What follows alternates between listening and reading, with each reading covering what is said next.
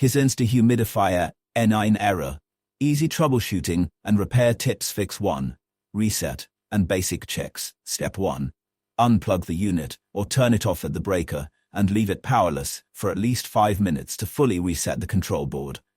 Step 2. Plug it back in and power on, testing each mode, auto, high, low, to see if NN returns. Fix 2. Clean the humidity sensor. Step 1.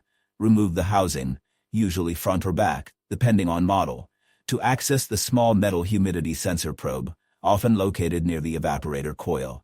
Step 2. Turn off and unplug. Use a cotton swab dampened with isopropyl alcohol to gently clean the sensor. Let it dry completely. Step 3. Reassemble the cover and reconnect power. Restart unit and monitor for the error. Fix 3.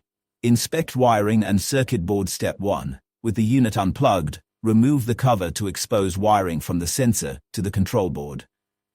Step 2. Look for signs of corrosion, loose connections, or damaged cables. Clean connector pins or tighten as needed. Step 3. Reassemble, power on and test. If any still appears, proceed further.